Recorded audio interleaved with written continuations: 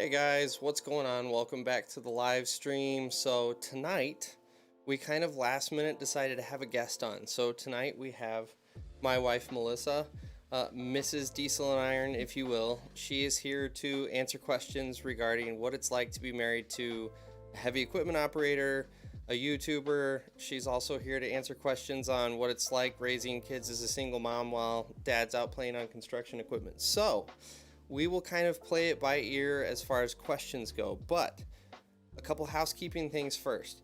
Number one, I have an alarm set tonight for 9:30. Actually, it's 9:20, so we have a 10-minute warning. So at 9:20 tonight, so you got me for 2 hours, and then we're going to have a hard and fast out because I actually have a job tomorrow going to work for my farmer buddy, and so he's got a job lined out for me. So I have an actual legitimate job tomorrow that I've got to show up for. So we're going to have a hard and fast out at 9:30. Second thing is, as always, we start these by pouring some scotch. I married a girl who also drinks scotch, so I will be pouring her a glass as well. You want to pull your cup over here? Thanks. Camille, what's going on? Brian, how are you? All right. So, anyway, how are you guys doing this evening? Thanks for showing up. Appreciate it. Hope you guys had a good week. So I actually had a relatively calm week, getting caught up on editing. As you guys know from last week's live stream, I spent the previous week with Rick, and he worked me pretty good. We pulled some pretty good hours on that job. So this week was basically getting caught up on editing. And then, like I said, I've got a job tomorrow. I'm going to be doing some dozing around a pond, kind of shaping where someone has gone in and dredged the pond, but for whatever reason they didn't clean up their spoils, so I get to go doze all that out. So yeah, nothing too super exciting. Anybody have any questions for my wife, for Mrs. Diesel and Iron this evening? Yeah, it was actually this week wasn't too bad, Camille. Last week was a pretty good week. I should say the previous week was a pretty good week. Rick worked me pretty good on that job, and it was not a fun one. The footage on that one will drop. I think I've got the first video. Man, I think it's in May that we have the first video from that job going up, just because I've actually edited so far out with all of the other jobs that I've had in the pipeline. So it's going to be a little bit until that one drops. But yeah. It's kind of slow this evening. So we got 15 people on. That's not too bad. So, hey, that's awesome, Brian. So scored a job with the municipality up here in Manitoba. Start on May 3rd. Well, that's awesome. So what are you going to be doing with the municipality? I'm assuming you're probably just going to be kind of general, whatever they need. Are you working for a specific department, like water department, or what do you have going on? Camille, I actually do plan on making a video. I'm taking all of my camera gear, so I'll get some in-cab shots. I'm going to try to get some drone shots of the dozer running around the pond, so I'll get a good video of tomorrow. So we'll absolutely make a video. I don't go out and run without making a video. So I guess I will fire off the first question to Melissa based on one that I got last week. The question I had was, how do you balance, or how did they feel that I balanced work versus home life? And I said I think I do a relatively decent job, but that's really a question for you. So how do you, from your perspective, how do you think I balance home life and work life? And you're going to want to move that relatively close. You're good. I just feel really awkward. That's all right. You're fine. I think you've always done a good job with it. And like with what you're doing now, or when you were a full-time operator? I guess both. I think you've always done well. It was harder when you were a full-time operator because you weren't home when the kids were awake, outside of sometimes Saturday and Sundays. Yeah. So now as a YouTube content creator, how would you say I do on the balance? Really well, because we do a lot of stuff. We do. As a family. The boys get to run a lot of equipment and visit you on jobs, and they get to learn about filming and photography equipment and all that, and editing. So. Okay, so I think I passed. So the more you drink that, the easier all of this becomes. And that's part of the reason I do it. I feel like I'm gonna knock that over. That's all right. Yeah, it's always awkward when you start, and then within like a half hour, you kind of forget you're talking to an empty room and a camera. Well, I thought I was gonna be here for 20 minutes. Well, we'll see. We'll see how the evening shapes up. So, Cameron, what's going on? Thanks for coming in, man. Working at Dan's, we're never. Yeah, that Brett. That's about it, and she can attest to that. So Brett just said, working at Dan's, I was never home. So Yeah. the first year was the roughest at Dan's. Yeah, that was pretty lonely. Yeah, so I hit the ground running, and it was 7 days a week, and I think it was like a month and a half before my first day off. Yeah, so the first year when you got in with Dan's, he was working at the airport, the Detroit airport, and so I was very pregnant. We bought a house, and if it wasn't for my parents and my brother, because I was 9 months pregnant, we wouldn't have been able to move into that house because you were working 7 days a week. And so, yeah, they all moved us in. And then we had Jack. And what did you get off? I think I got like three or 4 days. Yeah. Yeah, for Jack. And then we didn't see you again for a while, unless it rained. Yeah. So rain days were exciting. I used to be a teacher, so they were the new snow day. Yeah. Yeah. And I'm trying to think back. That first year, I don't think we got that many rain days, relatively speaking. No. It was pretty... You worked pretty much regardless, unless it was storming. Yeah. Right?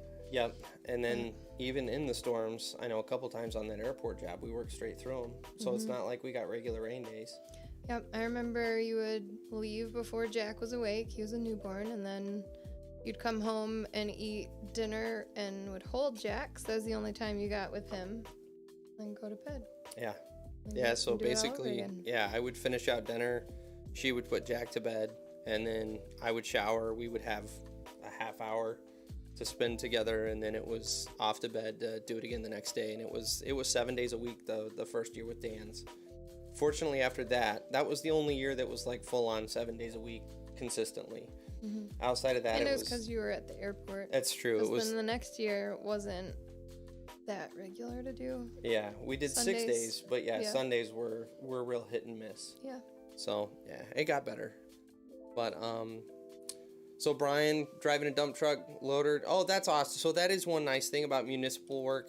You do get a pretty good variety in what you do. So we've got a couple municipal guys that I'm friends with here, and that's one of the things that they say that they really like about it is the fact that every time you start to get bored with something, you're onto something different, whether it's the seasons changing and your actual jobs change, or you just hop on another piece of equipment. So that's awesome. That's really exciting, man. Congratulations on the new job. Dustin, live in Columbus, Ohio. We've been trying to hire laborers and operators, not any luck. So Dustin, that's actually something, that's a great question, first of all. So why are you having such a hard time finding people in this industry? That's where YouTube has really given me kind of a unique perspective, because I've stepped out of the industry enough, and I'm talking to enough guys in the industry and wanting to get into the industry that it's giving me a pretty unique perspective.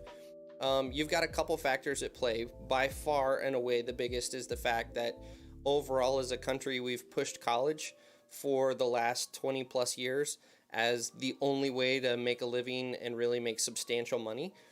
And so what's happened is, starting kind of with our generation, nobody went into the trades, because that was like the fallback. If you couldn't make it in college, then you went into the trades.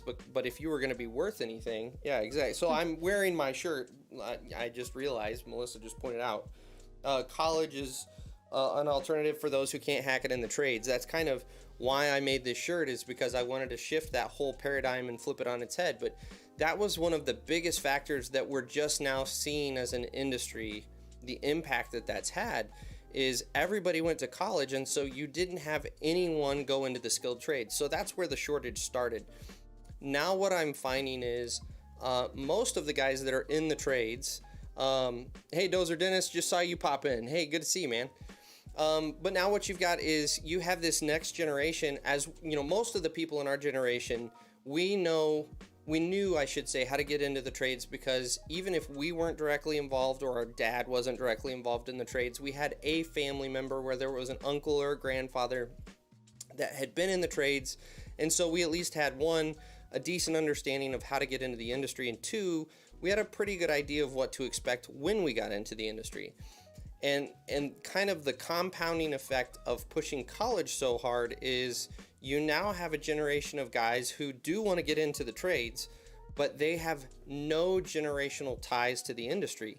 And so that impacts them in a couple ways. The first is they have literally no idea how to get into the trades. I talk to guys on almost a weekly basis on the phone that are asking me like questions that we would all kind of think are no-brainers because we've been involved in the industry, but these guys literally have no idea of where to even start. Like, how do you even get the basic skills for me to go and apply to one of these companies? They don't understand the aspect that this isn't something that you have to like build your resume out for before you go apply.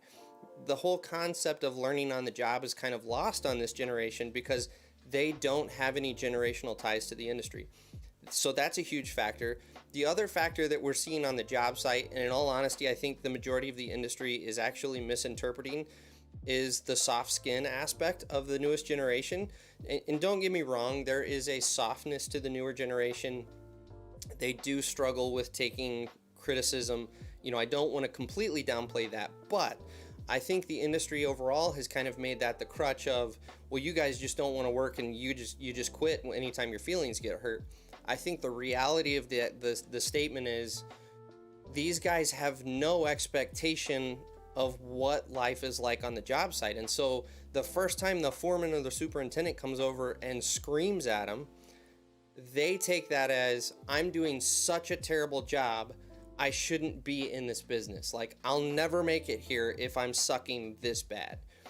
And it's because no one has really given them the window or the expectation that, like, this is the way the business communicates. This is, unfortunately, one of those things about the industry. You just get screamed at until you get it right. When I started running a loader, I literally spent 2 weeks getting screamed at by my foreman. And I did think I was doing a terrible job initially because I was just getting yelled at all the time. I stuck it out. And then on the backside of it, you really realize that was just, he was one of those old school foremen that the only way he knew how to communicate was to scream. Had I not been in the industry enough to know it at that point, there's a good chance I would have quit, in all honesty. Because I just thought, and it wasn't that I couldn't hack it and I couldn't take the criticism, it was more of the fact that if someone's yelling at me this much, I must have no idea what I'm doing and I shouldn't be here. I'm only causing a hindrance. I'm not actually helping production at all in this industry. And so I think that's another major factor that really gets overlooked and it gets cast in an inappropriate or misconstrued light. And I think that's another major factor in the industry too.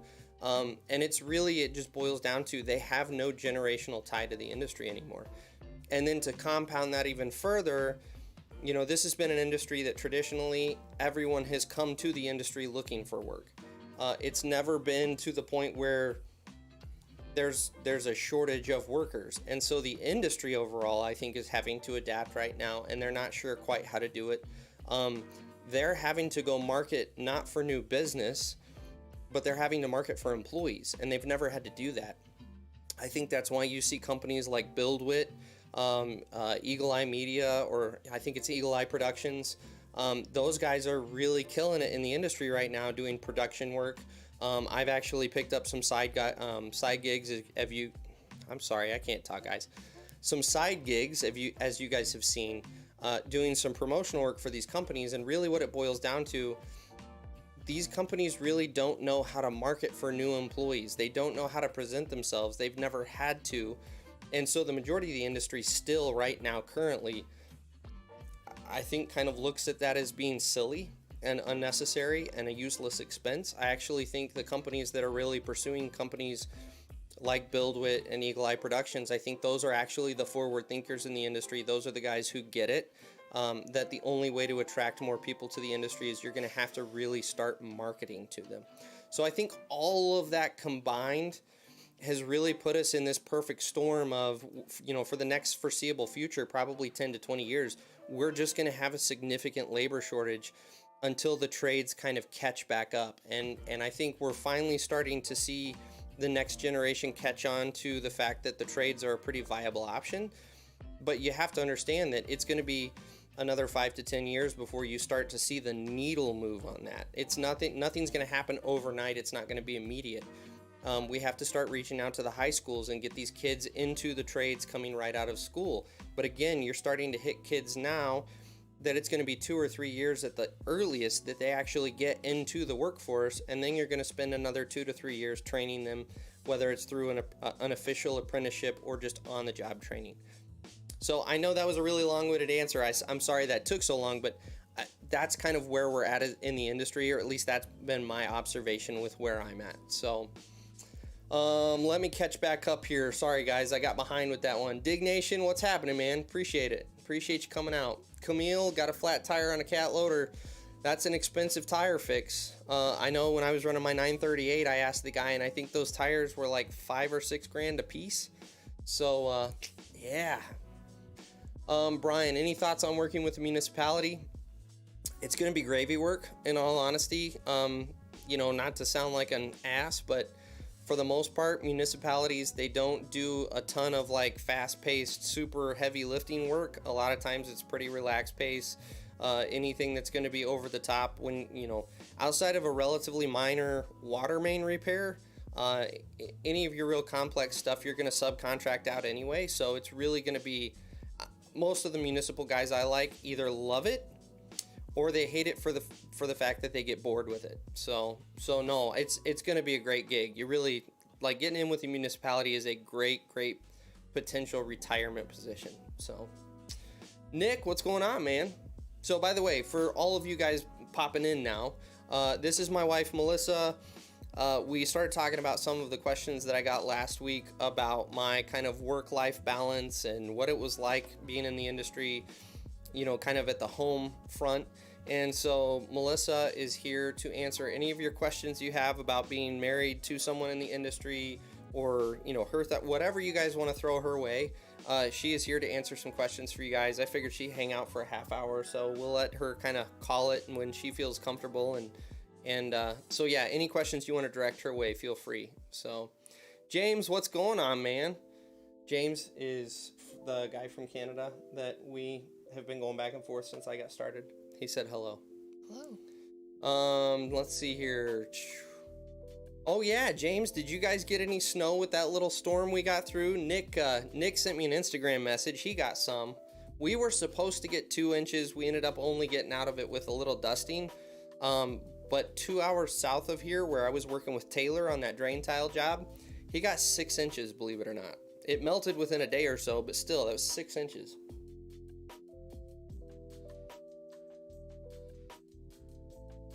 Yeah, there you go, Nick. You're already up to 65 hours a week. We're in it now, buddy. It ain't gonna stop until fall time. I don't miss that. I really don't. Yeah, Dirty Diggers, Camille. Dirty Diggers, he might pop in here. He and I go back and forth quite a bit. And he turns out, I don't know, I'd probably say 80% of these live streams, he'll pop in even if it's for a short bit. So I do know that he said he was getting pretty busy now that he's in kind of the swing of the season. So we'll see if he pops in.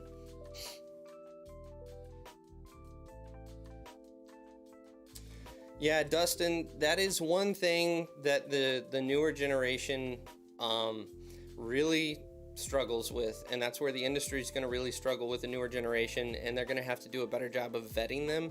Is they do have this mentality that you kind of owe them a check, and they are there. It's weird. I've never seen it before. They don't really look at a job as a stable income. It's almost like they need weekend spending money, and so they want to go hire in at a place and put in, like, no joke, they'll work until Thursday and then ask for their check and not show up Friday. Like, it's a weird dynamic, but I don't know how much of that's, I don't know if it's like really the generation or if it's the weird kind of space that we're in where we're so short on employees that people can just kind of hop jobs and they don't have to worry about any repercussions from that. But that is a weird, it's a weird dynamic in the workplace right now. So what did you so Nick is the guy from Canada, different area in Canada, that had me buy the Pink Whitney, and he wanted to know your opinions on the Pink Whitney. It was very sweet. Yes. So by the way, my wife drinks scotch, Nick, so she, you know, I don't know who I'm insulting more here, but she's more masculine than you are. But she is my scotch buddy. So when I pulled out that Pink Whitney out of the bag when I brought it home, she gave me a look like, what is that? So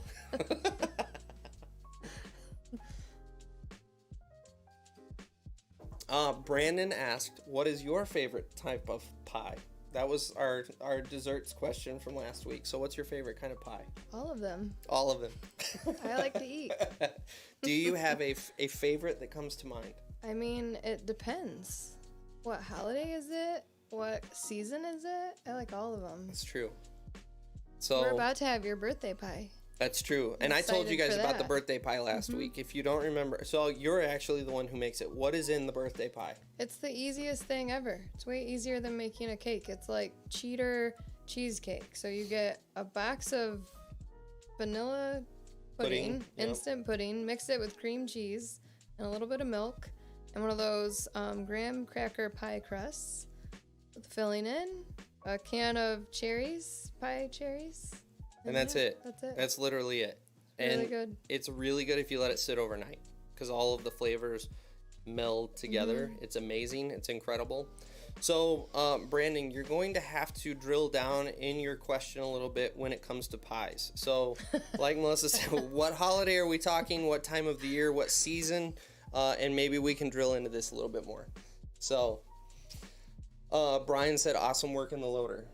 So guys are watching that and liking that video. We just, when we posted that, it was still when the channel was relatively fresh and it didn't get a whole lot of traction, but yeah, nice work. I got to listen to a lot of my book that day. Yeah, she had nice quiet time without the children, although we videoed her with the children in her lap. One was with, and I got a lot of criticism. Yes. From Devin. Yeah, so my 4-year-old Devin was very critical of Melissa. You want to tell him about the conversation? Yeah, Devin started out with me because he's smaller. And so we traded. Jack rode with me. He rode with Brian. Then it was his turn again. He gets in my lap. And the first thing he says is, why is this not more smooth? Like I should have improved. I mean, in you that had some 20 seat time minutes. under your belt. Yeah. Yeah. So, let's see here. Residential utilities lost his channel. These residential utilities have lost his channel. Oh, sorry, Dig Nation. I didn't see that. I was trying to put together what your comment meant. He said, we picked up some clearing jobs, been trying to get on residential utilities. That's right. So Dig, on that note, this job that I just did with Rick, we cleared 2 acres, and that was the first real, true clearing job I had done, and I had no experience in that realm, and it was a whole different animal. You had to be concerned about a whole different set of problems, like snagging hoses and what, you know, if I drop this tree and lay it down, what other trees could possibly be attached to it? Do we have any dead limbs hanging over? It added a little excitement to the day. So, yeah. Yeah, Dennis, I agree. There is absolutely an aspect of entitlement to the younger generation. And I do want to, you know, kind of along what Camille is saying, I do want to be careful just because we're millennials. We're on the older end of the millennial side, but we are millennials, and I always hate it when people just make blanket statements about a generation just because there is a good chunk of the millennial population that knows how to work and didn't complain, and they're actively engaged, but the flip side of that is there's a lot of them that are big complainers and big problems. And likewise with this new generation coming up, there are a lot of them that absolutely don't have any work ethic, and they just kind of work for the paycheck at the end of the week. But I'm finding more and more, especially through this channel, with the number of conversations I have in a week with different guys around the country, there is a substantial portion of this generation that wants to work, and they don't want to just go collect a paycheck. Like, they legitimately want to get into the industry and bust their ass. But again, that goes back to they just don't know how to get into the industry. There's no generational tie there anymore. So I do want to be careful making blanket statements, but absolutely there is a big chunk of them that are entitled. So Nick, absolutely. Scotch is a rich adult drink. So, yeah, James, his wife drinks beer, not some girly Whitney drink. See, there you go. Everyone's dogging on Nick again because he's got his little pink Whitney going. Nick, you do need to start a channel, man. Especially with that awesome snow equipment you guys run. You ought to start a channel. I can tell you right now, you can get on Amazon, and for $100 you can get a knockoff GoPro that makes just as good video quality as the GoPro. The audio is terrible, but you can get really good video quality. And then for $50 or $60 you can go get an aftermarket mic, hook it up, you're good to go, man. And then one of those gecko mounts I was telling you about. That's all it takes. Do it, Nick. Do it. Start it. Okay, Brandon has re-asked, what is your favorite kind of fruit pie? Fruit pie, okay. Do you need a minute? I like all of them. Apple pie. I just finished reading a book called The Midnight at the Blackbird Cafe, and they do like a multi-berry pie. So I think we need to make one of those. And that's not even touching on cobblers. I know we just did a peach cobbler. We just did peach cobbler, and it was phenomenal. Good. Yeah, it's hard to say cherry pie. All of them. I like all of them. There's not many desserts I do not like. It's true. Phil, there's Phil from down under. What's happening, Phil? Good to see you, man. How is the weather down there in Australia? So, if I remember right, and you'll be the one to correct me on this, they're in opposite seasons as us? Yeah, they're going into winter, right? Okay. Because our pen pal Ruby tells us that. That's true. We have a pen pal in Australia, Phil. Mm-hmm. So, what is the weather like there in Australia currently, Phil? Are you guys cooling down? And yes, I do have a special guest. This is my wife. This is Mrs. Diesel and Iron, the one and only. And she is here to answer questions about being Mrs. Diesel and Iron, if you have them. Or pie questions is what we are currently on. So,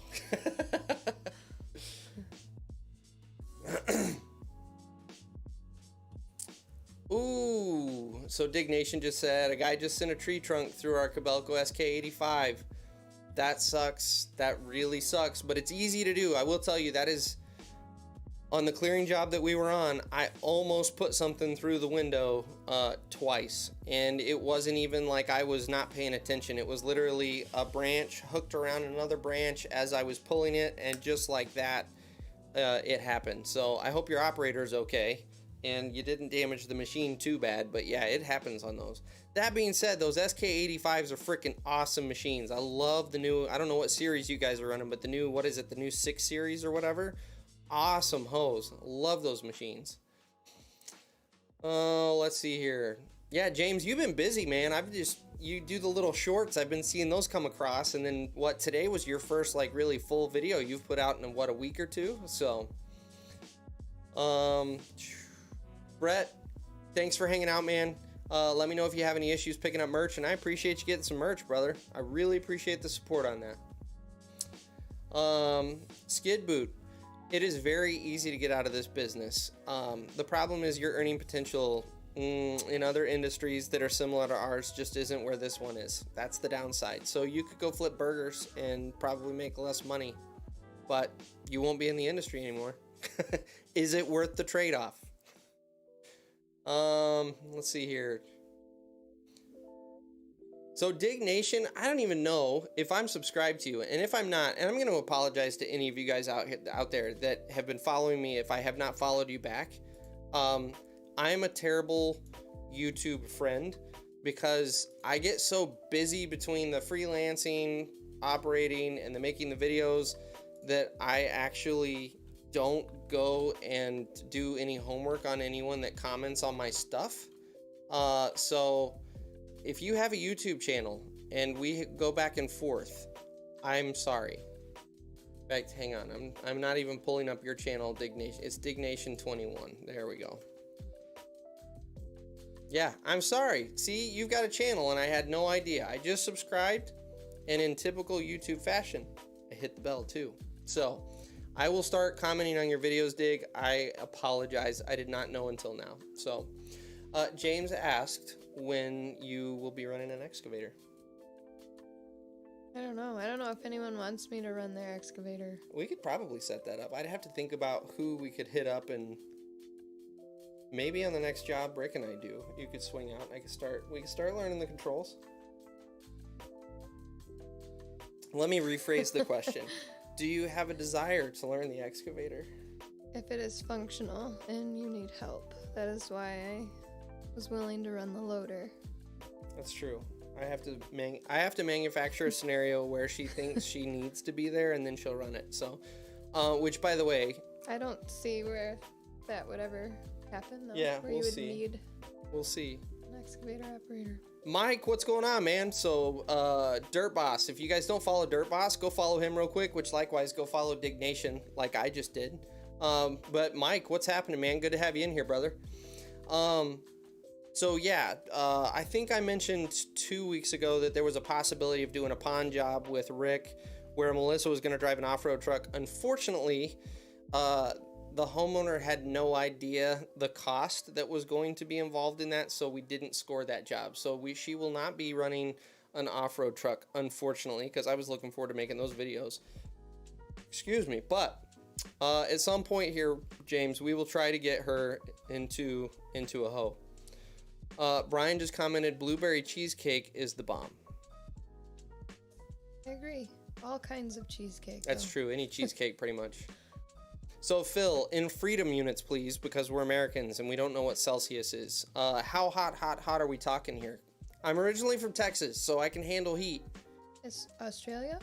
Yeah, Phil's in hot Australia. there? Yeah. No? Yeah, he said it's hot.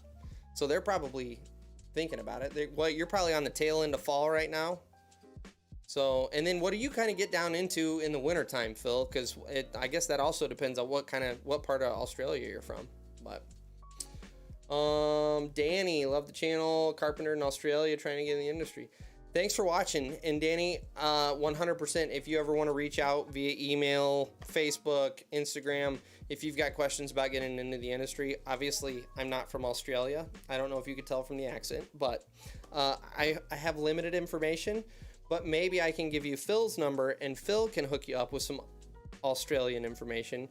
But if you do have any questions about anything when it comes to operating the equipment or technique or anything like that, don't hesitate to reach out, and I'll do whatever I can to help you out. But I really appreciate you subscribing and watching, brother. Nick, Cabelco's, man, I'm telling you, I always tell you, the best excavators in the industry, like hands down. They're amazing machines. So...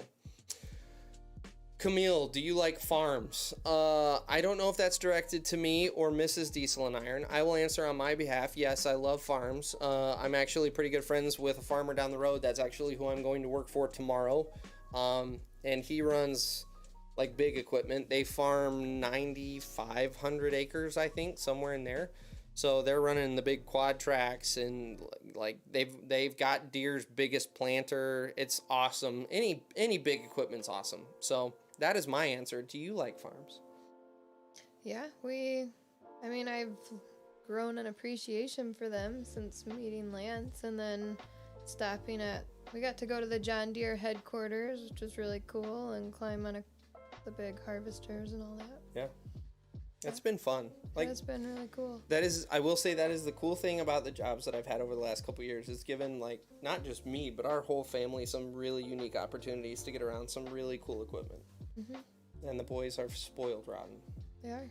Like, now if I show up on a job and there's only a mini excavator, my 4-year-old's like, is there only a little excavator? And it's like, dude, nobody your age gets to ride around in excavators all the time. Be grateful, dude. So, you know how you took Devin to look at that job with Lance? Yep. So today in the car he says, I'm excited to run the bulldozer with Dad tomorrow. And I said, are you invited to do that? And he was like, no, but I hope I am.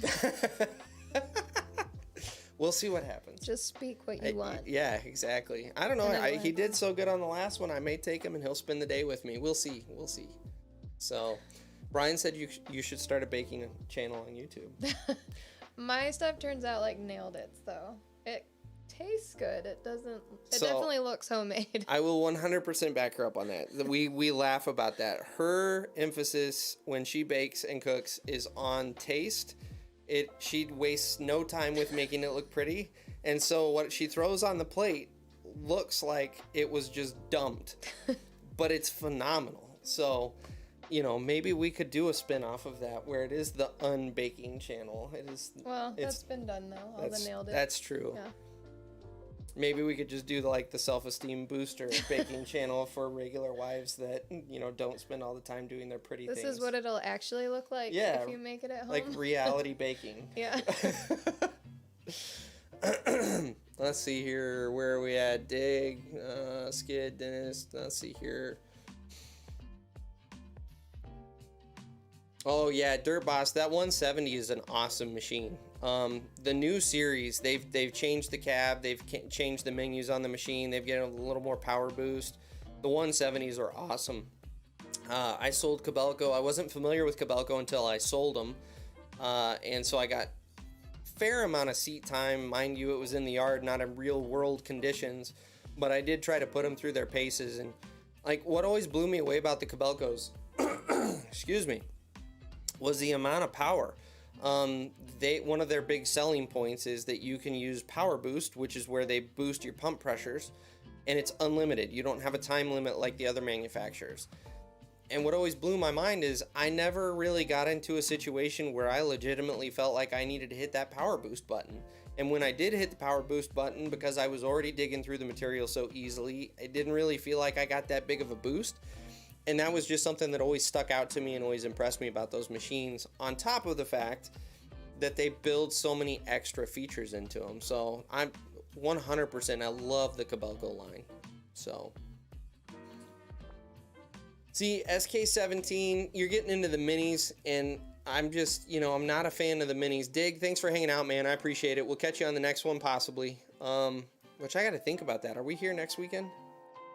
Next weekend at the cabin, but we could do it from you could do it. Yeah, probably not. So next weekend, before I forget, guys, we will not be doing a live stream because I will not be here. And I'm not about to try to do that from my wife's laptop with 2 children running around in the background. Are we sleeping? Well, it is the cabin. Are we sleeping? Yeah, we're not doing a live stream next week.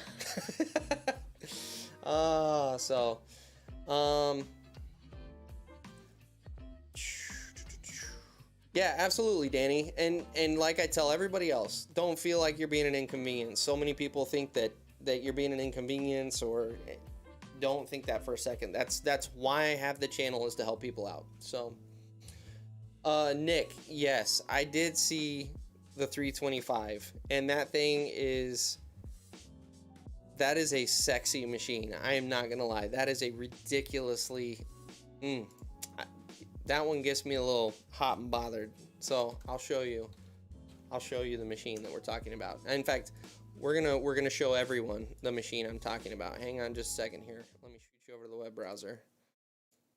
So make sure is it picking it up? No, it did this last time. Hang on, guys. Hang on just a second here.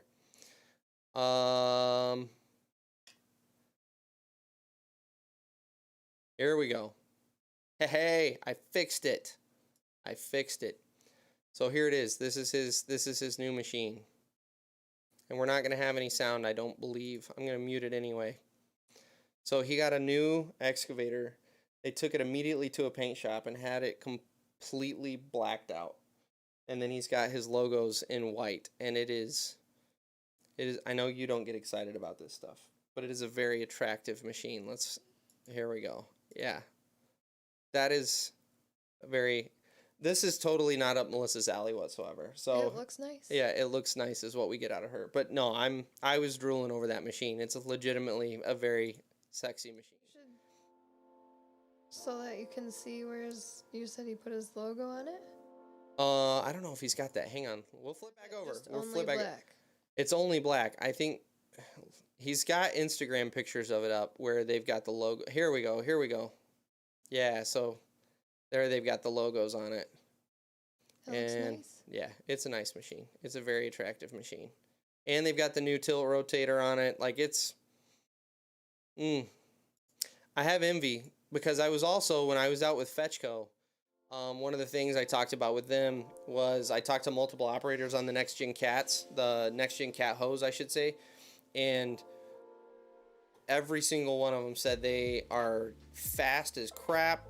If you guys weren't aware, all of your hydraulic functions are totally customizable on it. So you can adjust the bucket kick out speed independent of the bucket curl speed. You can adjust the stick in speed independent of the stick out speed. All of it. You can make all of your functional buttons completely whatever you want them to be. So if I want my thumb to be on this side, but Melissa wants her thumb to be on this side, go into the menus and flip it around. So everybody I've talked to loves the next gen cat. So yes, I am very jealous of that machine. So yeah, exactly, Nick. Dream setup with that roto tilt on it. It's now what I kind of want to know, but I at the same time don't want to know, because I really go, is it worth the money? Was how much it cost them to get that thing blacked out straight from the factory. Part of me goes, at the end of the day, are you ever going to see a payback on that? I mean, really, you're making a statement, and I understand it's unique, it gets some attention, but at the same time, are you ever going to see a payback on that? But I love drooling over it. So yeah, James, exactly. You go spend all that money on it. Dude, I wouldn't want to put that thing in the dirt. I just leave it parked in the front of the shop all the time so people could stare at it from the road. I'd be afraid to use it. Camille, Jack, and Devin are our two kids. One's 6 and one's 4. So Nick, you say that the electronics are weird at first. Just out of curiosity, why is that? Is it because they are totally EH? You don't have any feedback in the joysticks? Is that? But everyone, like so far, everyone I've talked to absolutely loves it. So Brandon, expound on that. What specifically in the Cat 315 video helped you out, just out of curiosity? And which, 315C, dude, that's an old video. Is that where I'm digging a basement, probably? I haven't ran the 315C, which, believe it or not, that company still owns that hoe. And that was, man, when was I working at Rose? 8 years ago? That's got to be at least 8 years, I think, at this point. 7 or 8, yeah. Yeah, because it's going to be 7. Yeah, so about 7 years ago. They still have that machine. So... Oh, Nick, I bet everyone I talked to on those sewer crews, so they were running a one of the new 352s, so, a 50-ton machine, and that was his comment, that thing was just stinking fast. Like, it was amazingly fast, especially for the size of the machine. So $18,000 for the paint. Hey, James, thanks for hanging out, man. I appreciate you showing up for a little bit, brother. Enjoy work tomorrow. I'm going to be out there with you for a short while. Not the hours you're pulling, but I'll be out there working with you. So, 60 grand for the rototill. I believe that. Those things are expensive. Holy crap, are they expensive. So, Phil, I didn't see. Did you ever answer in freedom units how hot it is down there in Australia at the moment? And then how cool does it get in the wintertime? Do you guys really get cold in the winter? Or do you was it like Texas where you got coolish, but it didn't really get cold? So Nick, yep, that seems to be the consensus, is that's pretty much everyone's favorite machine they've ran so far. So I will say, we've crapped on Cat quite a bit on this channel, not necessarily on the equipment itself, but just their pricing and how proud they are. But I will say consistently, everyone, that's their favorite machine they've run. Cat knocked it out of the park on this one, and I think it's worth the value, in all honesty. So, James said, nice to meet you. Nice to meet you. And take care. So,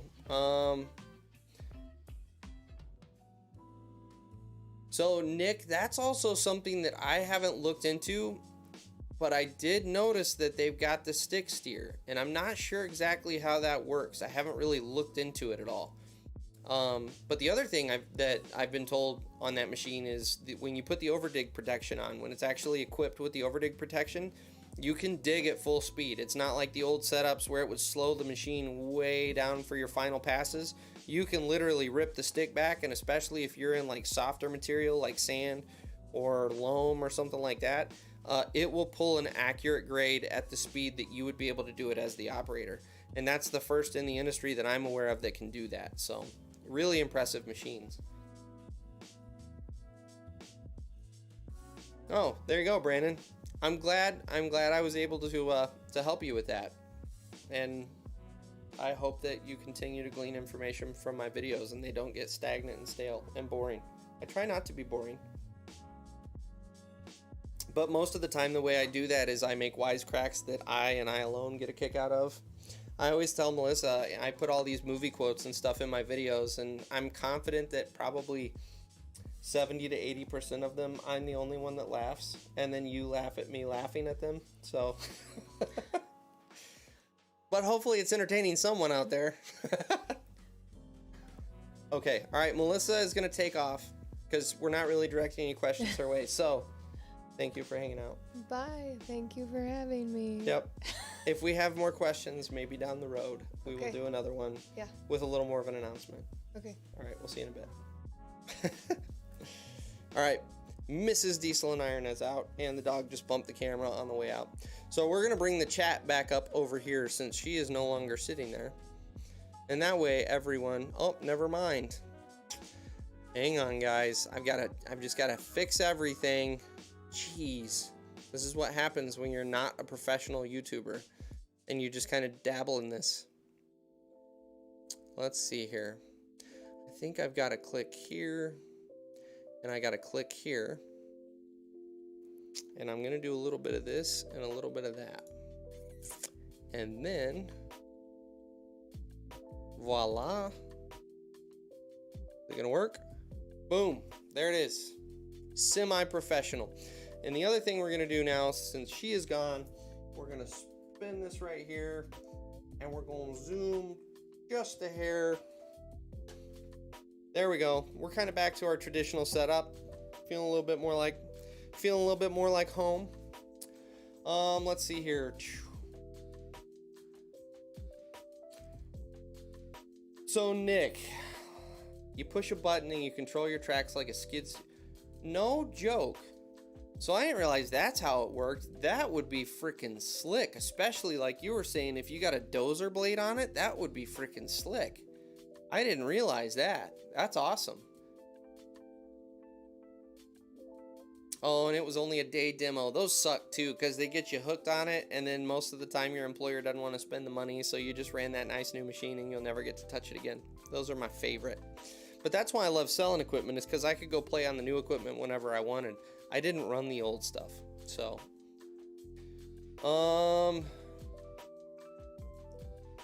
Dustin, so the lifting capacity. I haven't looked at any of the lift charts on the new ones. I didn't realize that they hit up to any of the lift capacities. So that's another interesting aspect I'll have to do some research on to see what they've done there. I just, like, through and through, I do know that on the 325, yeah, which is the machine you're referencing, I know they've totally redesigned the cab. So in the old school zero swing machines, I'm 6'1". I've said this before. I'm not a super tall guy. I used to always hit my knees getting in those cabs, and it was super tight. It felt like you were operating in a coffin. And those new 325s, they've got a full-size cab on them now. So it kind of feels like they've redesigned like a huge chunk of the machine on the new next-gen machine. So I'm dying to get some seat time. Kat, if you're watching this, you should maybe hit me up and let me run some equipment, even if it's just in your yard, because I will promote your stuff. So if you're out there, Kat, here's to you. Somewhere around 38 or 40 degrees right now, about 38. See, this is okay. I gotta go convert it, Phil. Damn it. I'm an American. I don't know what that means. What is 38 Celsius in Fahrenheit? Boom. Someone's already asked it even. Ooh. Yeah, that's Texas temperatures. Dadgum. That is some serious Texas temperatures there.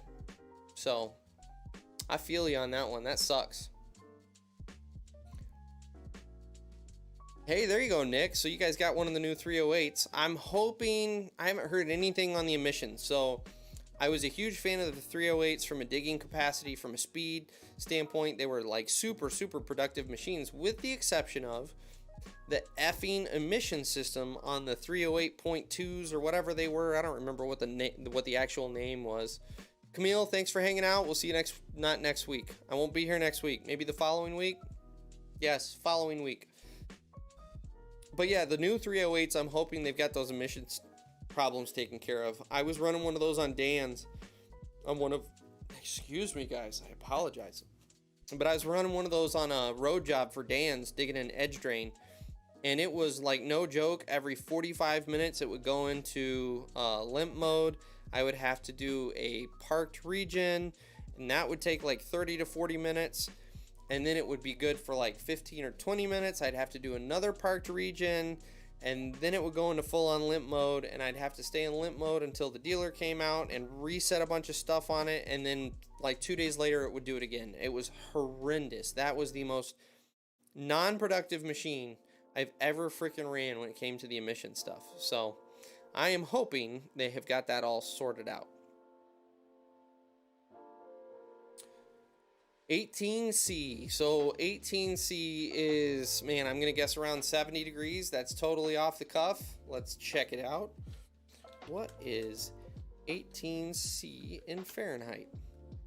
Oh, 64. You're talking, that's nice, comfortable, like light sweatshirt. I'm all about that weather. That's actually my favorite weather to work in, because like it's just cool enough that you don't really need the sweatshirt once you start working, and you're comfortable all day. I'm a fan. Yeah, Nick, I've never been a fan of John Deere's equipment for the most part. None of their stuff has really overly impressed me. I think we talked about this last week, that their new dozers line is supposed to be significantly better, but the old, what was it, the K series, was never a fan of John Deere dozers. Their 333G that Taylor had impressed the snot out of me. I was pretty pleased with that machine, but... Northeast Ohio Farmer, hey, what's going on, man? I apologize that I never actually texted you or responded. The last couple weeks, I'm just going to apologize because I think there might have been one or two other people I didn't respond to. These last 2 weeks have been like a whirlwind. So Rick worked the snot out of me, and then this past week has been playing catch up on all of my video editing because I've actually got, oh, by the way, I booked another trip out to Minnesota to go see Carson Shifsky officially. So in 3 weeks, I believe I will be going out to Minnesota for a week. And so that's part of why I've been in this whirlwind of editing, is because I was playing catch up from working with Rick. My parents are coming into town next week. I'm sorry, we go up north to celebrate one of my kids' birthdays. Come back, my parents are in town. Then I immediately turn around and go to Minnesota. So I'm trying to get way out there on all of my editing so I don't have to worry about all that stuff. So a very long-winded way of saying, I'm sorry I didn't respond to you more than I did, Northeast Ohio Farmer. I apologize. So, Nick, I hate Bobcat hose. I do. I think we've talked about that before, and I don't think my opinion will ever change. I hate their excavators. I really do. And I'm not super impressed with their skid steers.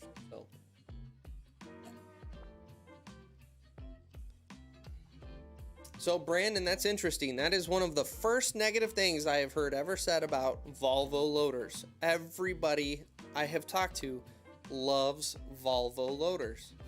Little Sketchers, what's happening, man? It's been a while. How have you been, sir? Good to have you back on the channel. So Nick, are you talking Volvo or Deere?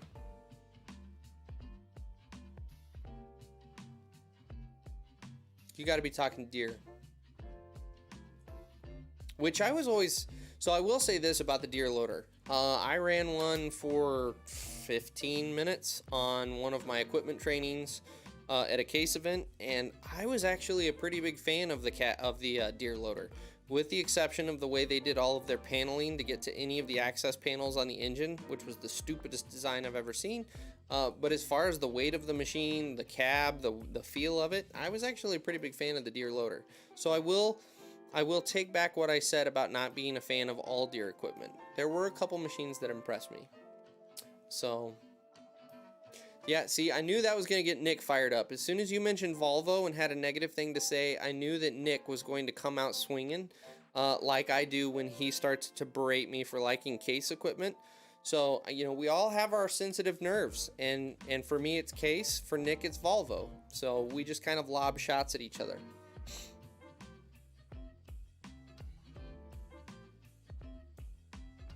So Brandon, is it is it that it's actually doing a full-on regen, or is it more like it's taking advantage of the fact that you put it in park that it's going to try to do a regen? I guess I don't understand if that's just the way it's programmed and it's performing as it's been programmed, or is it something going on with the emission system that it tries to kick out? So,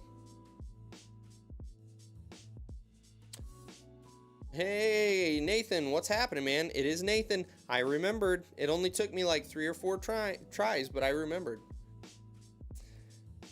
Little Sketchers, understanding grading and slopes. So if you go and do a search within my channel, so go click on my channel and do a search. I actually have on my grade stakes video, I talk about doing slope work, and then I guess you should expound a little bit more on how to understand grading and slopes. What specifically are you looking for? Are you reading a print and it's telling you like it's a 2-to-1 slope or a 3-to-1 slope, and how that translates, or kind of what are you looking for? Yeah, Nick, we talk about it all the time, man. Dealership is everything. It doesn't matter what color the paint is. If the dealer can't support it, it sucks balls. That right there, Little Sketchers, Monkey Shoulder. It is a blended Scotch. It is from, let's see here. I want to say it's Glenlivet, Belvini, and I can't remember the other one, but it's their off casks. They mix them together. They age it for the minimum. I think it's 3 years minimum that it has to be aged to be considered a Scotch. And then they throw it in this here fancy bottle, and it is probably the best blended Scotch you will have. And it is really not bad for the price point. I think this thing, I want to say I pick it up for like 33 or 34 bucks for the bottle, maybe even 32 now that I think about it. So for Scotch, it's not bad. I mean, Nick nailed it on the head. Scotch is a rich man's drink, which is why I always charge it to my credit card. But no, it's a seriously good blended Scotch if you're into that sort of thing. Let's see here.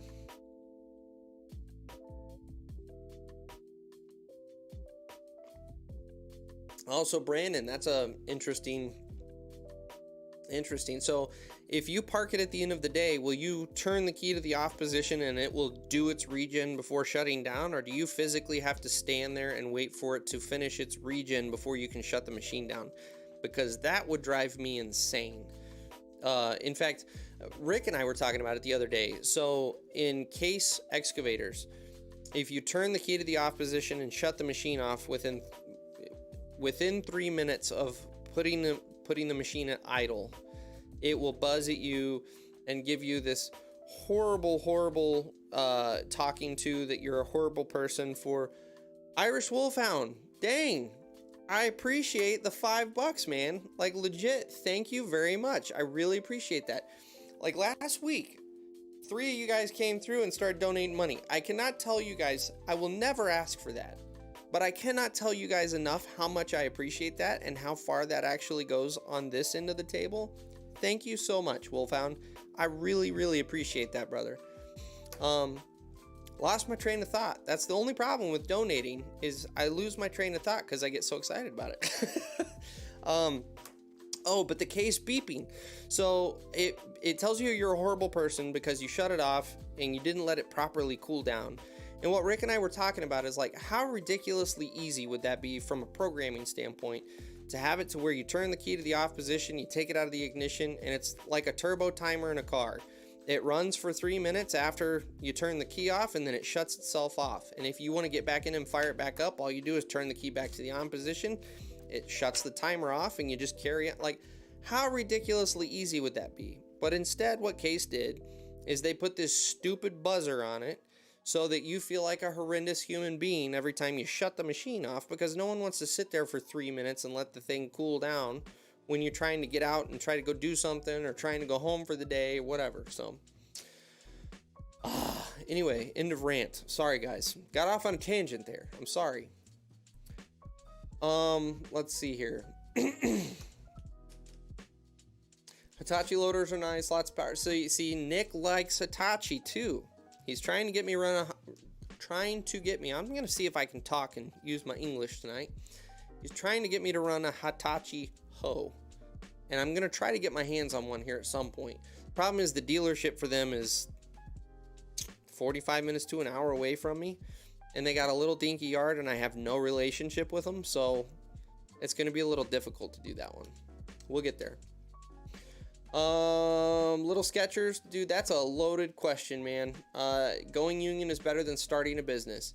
It's totally what do you want to do and how much work do you want. So anytime you're going to start a business, James just took off, unfortunately, from Gibson Landscape. Sorry, guys. Get a little dry.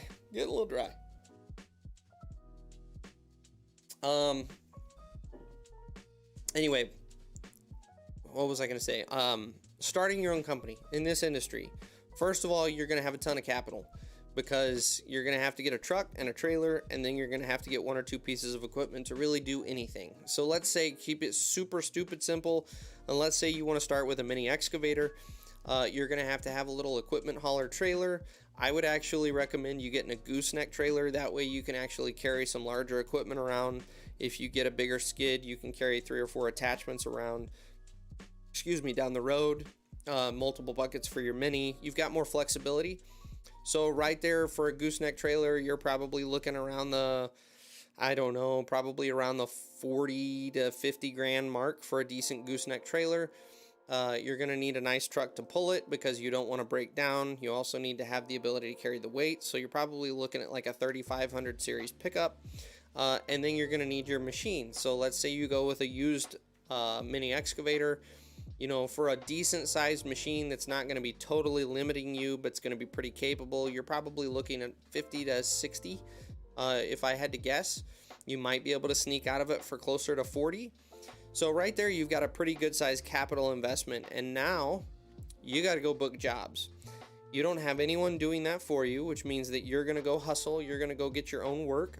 And then while you're actively getting work, you're also doing the jobs because you can't afford to have anyone work with you or for you. And so you're going to be pulling the crazy hours that you do on job sites anyway, but then instead of getting to go home at the end of the evening, then you get to flip around and go bid jobs. Or instead of getting to spend a day at home on the weekend, you get to go bid jobs.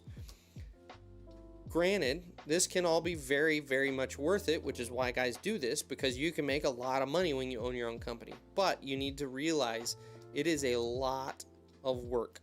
And the hours are significantly more than if you were to go just get into the union and go work for somebody. So really, like I said, it all depends on what you want to do, man. It really does. So, let's see here. Brandon. So it's funny you say that on the peanut butter. I know I'm falling behind in the comments here, but it's funny you say that on the peanut butter. Taylor that I was working with down there in Ohio that's been doing the ditch cleaning video with me. That was one of the things he was excited to let me try when I was down there. And unfortunately, from a timing standpoint, because we worked so many hours, we didn't get the opportunity to just go sit and drink some whiskey together. But he's been trying to get me to try it. And I'll tell you the same thing I told him. It sounds terrible, but I'm willing to try it. He said, once you try it, it's a life changer. So I am totally willing to try it. But yeah, that's one of those things that the initial knee jerk is like, ugh, that sounds awful. So, Irish Wolfhound, I just got back down to your donation. Thank you again. I really do appreciate that. I really do.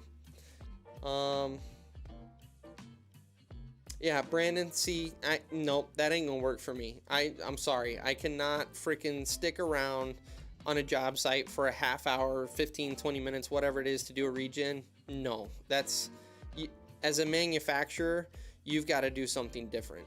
So that's all I can say on that. Let's see here.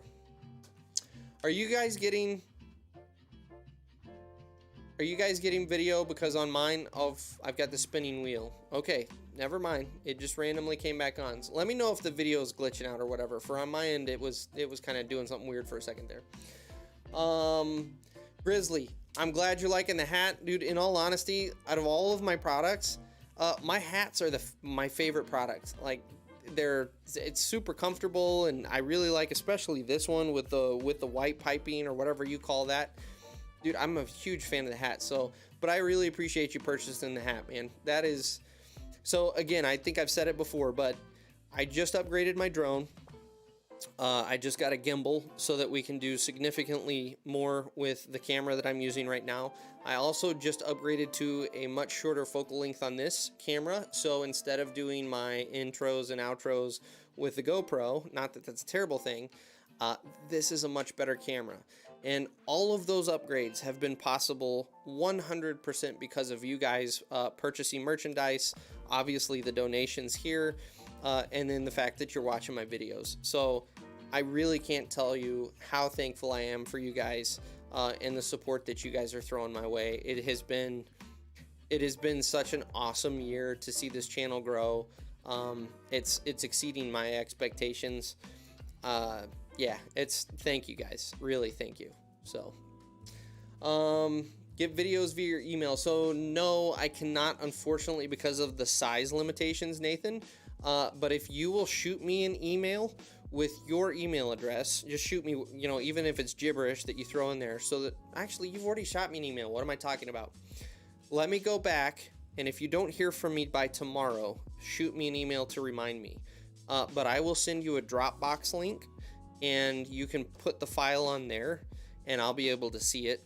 The problem is those video files are just too big, and most email servers won't let them come through. So, but I do have the Dropbox link for you. So, Justin, yes, those Kobelcos are a good series. I just found out the other day, I was reading around on Facebook, I think it was, that Kobelco just put a hold on their U.S. manufacturing because they are having to switch engine manufacturers because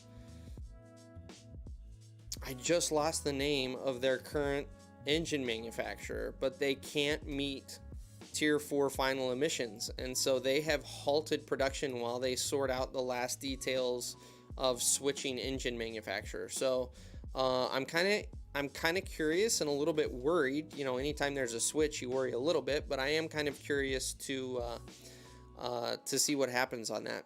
So we'll see. Yeah, Nick, 100%. Really, it's you're going to do it for probably 5 to 7 years, and that's assuming that you're growing at a pretty quick pace, and then you can finally afford to hire some guys to take that responsibility. Then you start to get to a point where you can dial back and you're focused more on the numbers, the overall business, more on the sales side, and you can hire guys to run your crews for you. But yeah, it's massive hours running your own company. So Camille, no problem. Are you back, like, officially again, or was that like a sorry you got to run and it was super late after you were supposed to have ran? I'm not sure there, but Nick, geez, I said I would try it, man. Calm yourself down. I don't know why every week you got to sit here and bust my balls about this stuff. Come on.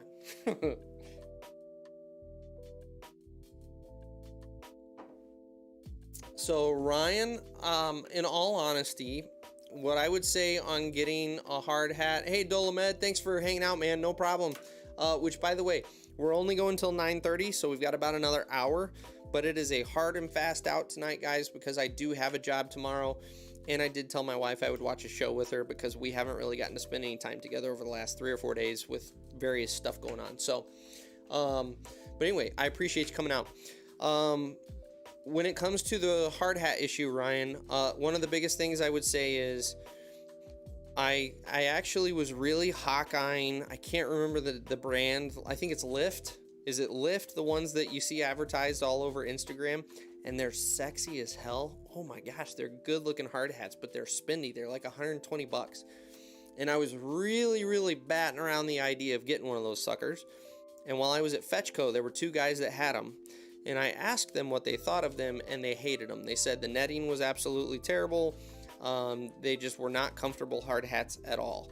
So I would say stay away from one of those suckers. But, and I see in the comments you're actively mentioning Lyft. Yeah, don't do the Lyft hard hat. I have inside information that those are not comfortable hard hats. So what I would focus on is when you look at your reviews, really look at the webbing system, the suspension system in it, and make sure that that band is comfortable. But also know that you can switch those out a lot of times. I think for the most part, those are fairly universal clips as far as, excuse me, the position and everything goes. So really, I went on and got a hard hat for, I think like $60 that had been one of those dips that they do where they can put the print on the water surface and they dip it. And so it looks like carbon fiber. It's not actually carbon fiber, but it's a good looking hard hat. And I was able to pick that up for like $60 online. And it's a comfortable hard hat. And one of the things that I was looking for were the suspension systems that everyone ranted and raved about. So I actually spent a little more money on the suspension system and just put it on the hard hat. So I don't have a specific brand that I would recommend other than don't get the lift one. So, let's see here. Yeah, so Grizzly, dude, I will never go back to a mirrored camera again. Like, so I have the A7 III right now. I would like to upgrade probably, and even though I just got this camera and it's amazing, I have no complaints. But I do want to upgrade to and I'm sorry guys that we're going off in camera techno babble world, but this is what you get when you have a YouTuber that also does heavy equipment, is you have to just put up with it for a second. But I do want to upgrade to the A7S III because that thing is freaking amazing. The low light capabilities, I'm like one of them. I'll tell you one of the shots that eventually is going to make it in one of my videos, because I will finally have the opportunity to make it at some point here. It's my goal for this summer is to work it in. Is I want to do a time lapse of the sun setting and the stars coming up over top of a parked set of equipment. When everyone does the lineup and it looks nice all by itself, I want to set the camera up and get the whole thing coming up over the lineup of equipment. And being able to do that with the A7S III, like, dude, that thing is amazing what it can pick up. And my biggest complaint, my only real complaint with the A7 III that I got now, is the freaking screen doesn't flip around so that when I'm vlogging with it, when I'm actually talking into it, I can't see myself. And that's really irritating because everybody else has it on their camera. And the A7S III has it. So eventually I'll upgrade. I just can't justify spending the extra $1,000 right now. So we'll get there. But oh yeah. Yeah, Nick and Ryan, those are the lift hard hats, and I was right there with you, man. I wanted one of those. I wanted one of those so bad. But yeah, unfortunately, they are super uncomfortable. So it's one of those companies that literally gets you with the look. You pay a crap load of money for not a good hard hat. So, Camille, no sweat. It happens. Not a big deal. So we will continue to persevere here on Diesel and Iron. We will not go away. And I do appreciate you at least checking out the merchandise. So, oof. Why are the comments dying out, guys? Come on, you got to keep me fed here. Otherwise, I'm going to run out of things to talk about, and you have to sit here and just stare at me while I stare at you. And I can make it really uncomfortable because for me, I'm just staring into a camera, and it makes no difference to me. So, let's see here. So I told you about Minnesota. We're going to be laying pipe in Minnesota. That's exciting. I'm excited to do that. That's the job we've got coming up. So can you tell I'm trying to fill space here so that I don't have to continue to awkwardly look at you? So we got the Minnesota job coming up. Rick is in the process right now. We're waiting to hear back on another lot clear that would be a possible pond dig as well. Not nearly on the size and scope that we were on the original project that we were talking about getting. But still, it'd be a decent sized pond dig. So that would be good. And then there's a good chance Taylor will have me back down to Ohio, which I will hit Fetchco up and see if they can't give me at least some ride-alongs in their quad tracks pulling those pans. Being me, as you guys know, I'm going to try to work myself into a seat at least for part of the day. I don't know if it'll happen or not, but I'm going to try because that's what I do. So we've got a fair amount of stuff in the pipeline, and that's just stuff that's kind of all popped within the last couple of, probably a week and a half. So we got some good stuff coming up this season. So, Nathan, that's good advice. In all honesty, it's like everything else. You know, in the beginning, you try to balance. You don't want to limit yourself right off, but at the same time, you got to manage expenses, and that is a good point. You know, if you think you're going to upgrade relatively quickly, you might want to just step right up to the big truck. The only caveat I would say to that is you almost would want to save the money and step up to like a triaxle dump at that point, because now you're starting to get into, you're going to be pulling a backhoe or a mid-size excavator, a small dozer. If you step up to the dump truck and the tag trailer, now you can carry an excavator up to, you know, a 15 or 16 ton machine. You can carry up to a D5 on it. So you really open up the opportunity versus, I feel like the 4500, which I shouldn't speak on this because I honestly don't know what the pulling capacity on those 45 and 5500s are. So if you can get away with pulling like a D5 behind one, I would say yes. Otherwise, I would say save the money and go for a triaxle dump, and that's kind of where you bridge the gap to starting to do more residential work like basements and stuff like that. So,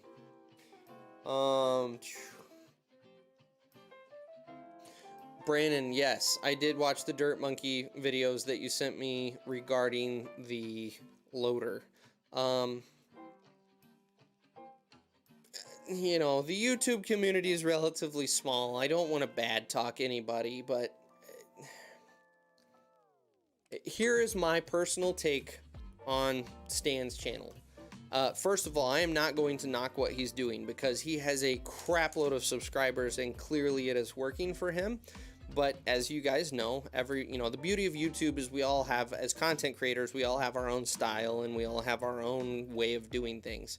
To me, his channel it's kind of reality TV moved over to YouTube. It's campy and he goes for the dramatic flair and everything's the shock and awe to get you to watch. And those channels have, reality TV in general has never resonated with me. I've never been a big fan of it. And so YouTube channels that pursue that as well just aren't my cup of tea. So, like I said, it's working for him. I can't dog him for it. But when it comes to like those loader videos, I sit there and go, you can't say that Volvo makes that machine. They have a hand in the making of the machine because they have a controlling interest in the company, but they don't make the machine. And you made a great point. I think it was you that said, DeWalt is made by the same company that makes Black & Decker, but you can't say they're the same drill. You can't say they're the same saw. They're not. They intentionally have different lines with different qualities so they can appeal to different price ranges in the market. So it's not the same loader, just rebadged and repainted and with a couple cheaper things on it. He said it doesn't have the bells and whistles. Dude, it's more than bells and whistles. You're stripping that sucker down and putting the crappiest stuff in that machine so that you can get it out the door. It is what it is. There's a reason it doesn't have the Volvo badging on it, is because Volvo, at the end of the day, they will be associated with it from afar. They're not going to put their name on it. So, anyway, there's the end of that little soapbox. Red Wing or Wolverines? Okay, so here's what I will say about the Wolverines, Grizzly. That's a great question. I had both.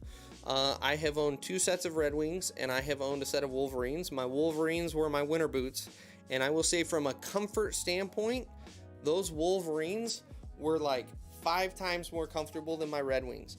I would intentionally put them on as early in the season as I could because they were my winter boots. They were insulated. They were hot as crap, so I had to be careful when I switched over. But as soon as I could in the season, I would switch over, and I would wear them until the absolute last minute where I was getting so sweaty I couldn't stand it because they were comfortable. When it comes from a wear standpoint, the Wolverines didn't hold a candle to my Red Wings. I have beat the piss out of my Red Wings over the last 7. I think I've had this last pair like 7 years. And I have put them through hell.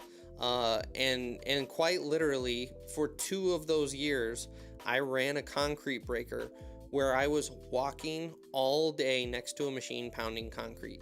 So I walked miles a day in those work boots on broken concrete, re-rod, broken asphalt. Like, you're talking really, really rough conditions for a work boot. And my Red Wings are still going strong. They're banged up. They don't look pretty, but I have no wear through with the leather. The laces I've had replaced one time, versus my Wolverines, and since we're on the subject, my Brahmas, my Walmart boots. If you guys have been following the channel, my Brahmas already are starting to fray on some of the laces, but those Wolverines, I think I've gone through 2 or 3 sets of laces. And then the actual boot, right where the bend point is, where the kind of flat area of your foot meets the ball of your foot,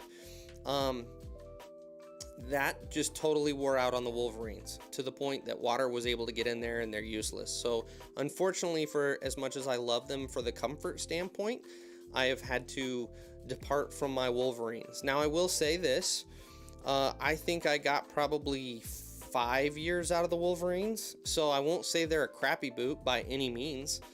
They were a good work boot, and I wore those, through doing a lot of the stuff that I did in my Red Wings. But from a longevity standpoint, the Red Wings are still going strong. I bet I've got at least another 3 or 4 years in my Red Wings before I'll really consider, that they need to be upgraded. So that's my personal experience with the Wolverine and the Red Wing debate. I have never been unhappy with my Red Wings purchase. And at the end of the day, for free, I can take them and drop them at the store, and within 24 hours, I can pick them back up, and they're conditioned. If they need the laces replaced, they will replace the laces, and that is totally free of charge because I bought them from Red Wing. So you can't really say that for Wolverine that I'm aware of. Ryan, what's going on, man? Thanks for hanging out. I know this was 20 minutes ago that you said hello, and I'm sorry it's taken me so long to get to you, but I appreciate you being here, man. Dakota boots. See, that's the other thing. There's so many freaking boot brands out there. It's hard to keep track of them all.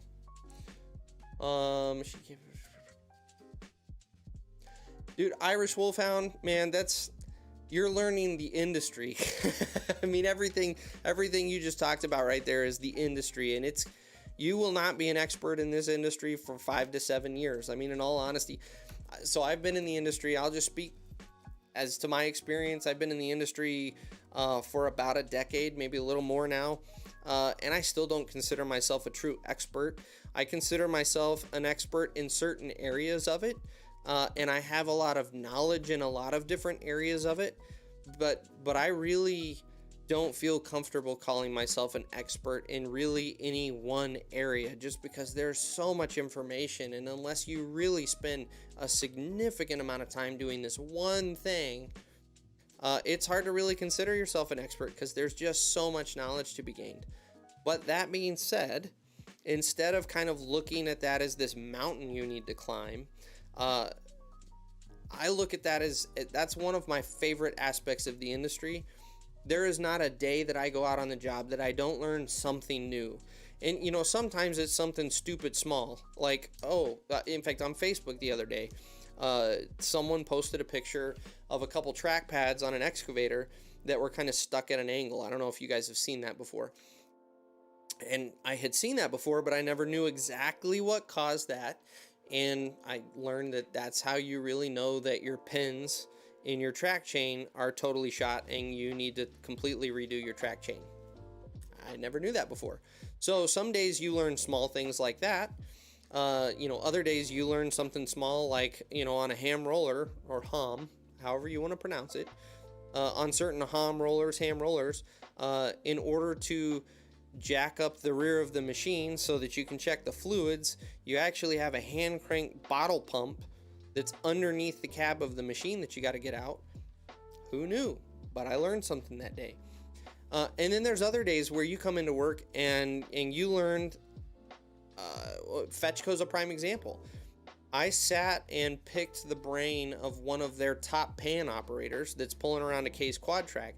I spent a half hour picking his brain about why that was more efficient than traditional scrapers, why they were better than the Cat Challengers, why this particular setup was better than that particular setup, why they used, this particular cutting edge on this one versus this particular cutting edge on that one. Like, other days you get just an influx of knowledge. And so that's one of my favorite parts of this industry, is you always learn something. So like I said, don't let that be a discouragement to you. Let that be an encouragement that you have to try to get bored in this industry. In all honesty, you have to make a conscious decision to not put in effort, and then you will very quickly get bored.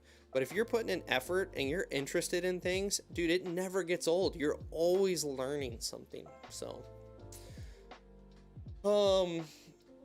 Brandon, I was not a huge fan of my Irish setters. I had a set of Irish setters, and they were warm, but they were not comfortable to me. And that's personal preference, but I was not a huge fan of them.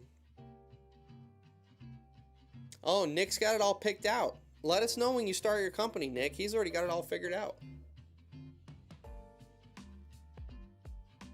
Yeah, Camille, on those next gen machines, that 360, the 360 cam, I think they call it, dude, those are awesome. eFix, believe it or not, oh my gosh, I keep forgetting to watch Duck Girl. I'm sorry, I'm gonna write it down again. I know that didn't work last time, but I'm going to circle it this time. I have not watched Duck Girl yet. Watch it, man. Watch it. I'm sorry, eFix. I'm sorry. I get bogged down in stuff.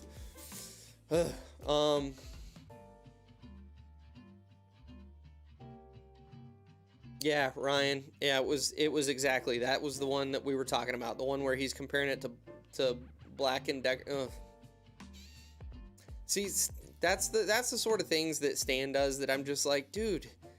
Like, you could stay legitimate, you could have your opinions, and people would respect you that are in this industry. But when you go down the reality show tangent, which is why I hate reality shows, they go so far down the tangent of trying to get views and start, drama and all this stuff, that it's like, you lose credibility at that at that point, and that's I'm not a fan, like I said. Let's see here. Leave mine tied and just undo them. I do the same thing, Brandon, and that's actually what I'm finding is it wore out the laces on my Wolverines, and it's wearing out the laces on my Brahmas, and it's because of the fact that instead of lacing them up, you're yanking them up through all of the little hooks to tie them every morning, or I should say just relace them because they're already tied. And that rubbing in the same spot every morning causes them to start to fray and eventually fail. So I've actually gone back to just tying my boots now. And that's how I know I've gained too much weight, is when it starts to hurt to breathe when I'm tying my boots. I know I got to dial back. So it's a really good barometer on how much food I need to eat.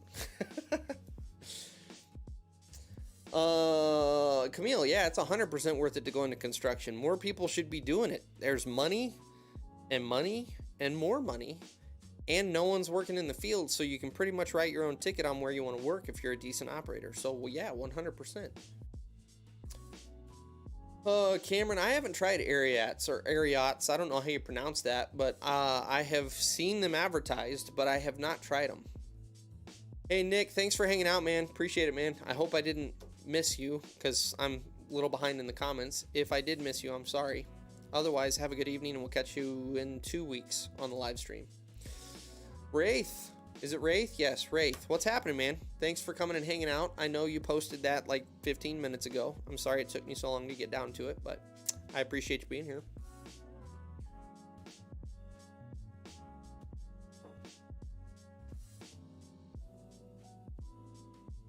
So, Sean, I will agree with you. That is one thing when you're just the guy pulling the sticks, you don't get much say in the variety of equipment, and you kind of get stuck with whatever your employer gives you. And that's where I've been really fortunate, not only for the employers I've worked for and the variety of equipment that they've had, but then also especially going and working for the dealership for 2 years. I got to run such a variety of equipment. And that's where I really started to be able to side by side compare brands and compare machines and compare features and compare power. And that was that was a really unique opportunity. So, but I agree, most guys do not get to do that in this industry. So, $1 million question, Brandon. What kind of socks? Oh, shin high. So when it comes to my work boots, my Brahmas are the only ones that I do not have that go up to my calf. And that's just because the Walmart I hit up that day, which if you guys aren't familiar with the Brahma story, when I went down to work for Taylor down in Ohio, it's been 3 or 4 weeks now. I packed all of my camera gear. I had to do the live stream on the road, so I packed all of my live stream stuff. I packed all of my clothes. Like, you've already got a shitload of stuff there. I got all the way down there, and it wasn't until 5:30 in the morning, 6 o'clock in the morning, that I'm stumbling around my hotel room going, where are my work boots? That's when I realized I forgot my work boots.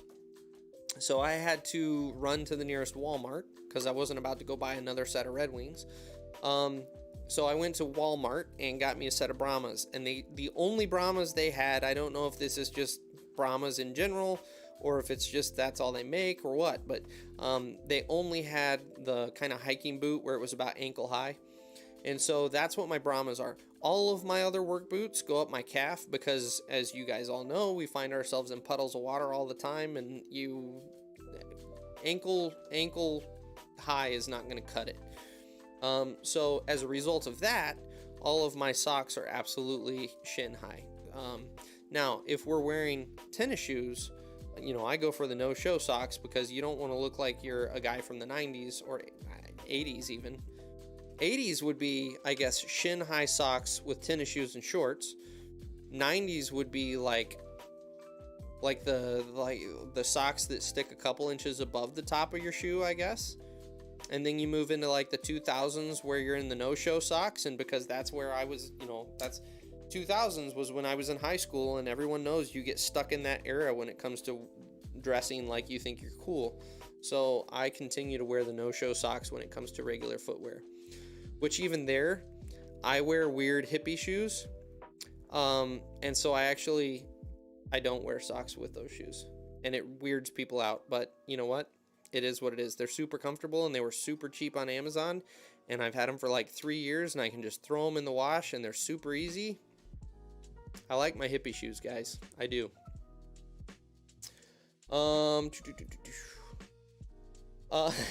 Grizzly, that's a good question. Hey, Dirty Dan, what's going on, man? Thanks for hanging out. Appreciate you, man. Grizzly, I wouldn't say all, but I would say a fair amount of them, because in their defense, no one else can do what they do, and they kind of know that. But yeah, there are a fair amount of them that are just pricks, and it's like, dude, get over yourself. So if I had as many hours in that seat as you do, I would also be as good as you. Like, you're not hot shit because you're just amazing.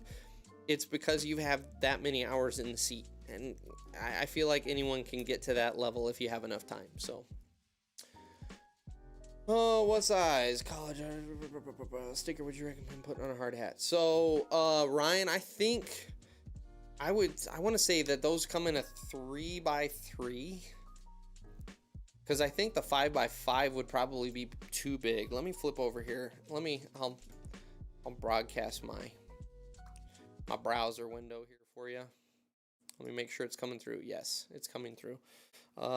Diesel and iron productions. Let's go to our hard hat stickers here. Come on, baby.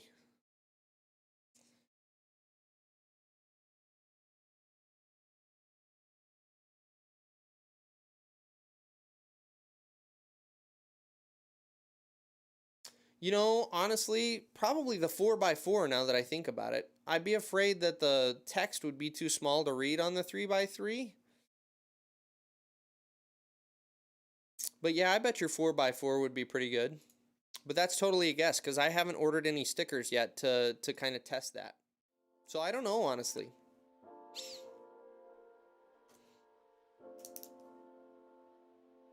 Yeah, Wraith, I should be giving you a lot of crap for being an hour late. I mean, come on, man. Where's your A game? You got to bring your A game here. Dirty Dan, 100% Red Wings, man. Red Wings is where it is at. I will continue to pitch Red Wings. In fact, when I go see Carson out there in Minnesota, I will be like 15 minutes from the Red Wings factory. I didn't realize that. I didn't even think about it until we were in town on my last trip, and we had already booked hotels. We couldn't extend our stay at all, and so I wasn't able to make it to their factory. I'm gonna try to go to their factory there in Red Wing, Minnesota on this trip, and maybe we'll try to get a sponsorship out of it. But even if we don't, I'll try to get you guys some footage of the Red Wings factory and maybe do an interview with one of their guys. We'll see what happens. But I love Red Wings. I absolutely want to go tour their factory. So,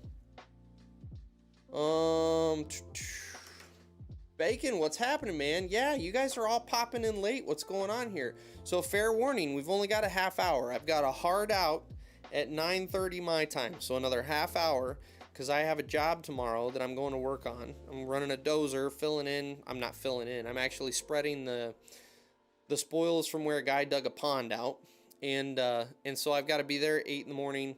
And then I also told my wife that I would watch a show with her tonight, because we haven't really gotten to spend any time together over the last 3 or 4 days for various reasons. So I'm cutting out in a half hour, and we're not going late like we normally do. And for all of you guys showing up late, Mrs. Diesel and Iron was in here earlier, and you totally missed it. And you had the opportunity to ask her questions about equipment she's run. Pies that she likes eating was another topic of conversation, as well as what it's like being married to me. So you guys totally missed out on that opportunity. So we will get her back on the live stream at some point here in the future. So, oh yeah, Ryan, yep, all you guys, you're just all, you're getting lax on me. You guys are all getting lax on me here. Cameron, hey, have a good evening. Thanks for hanging out. Appreciate you, man. Little Sketchers, the way I got into the industry.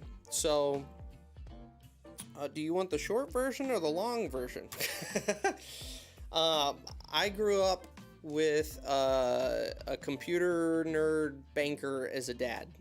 And so I didn't have any experience with mechanical stuff. I could work the snot out of a computer from a very early age. I actually considered going and getting my network certifications, when I was like 13, because you actually could, and there's really good money in doing networking. So anyway, that's kind of my background. I come from a white collar background. My dad is in bank consulting. He went from banking to bank consulting. And so I kind of grew up around the white collar world.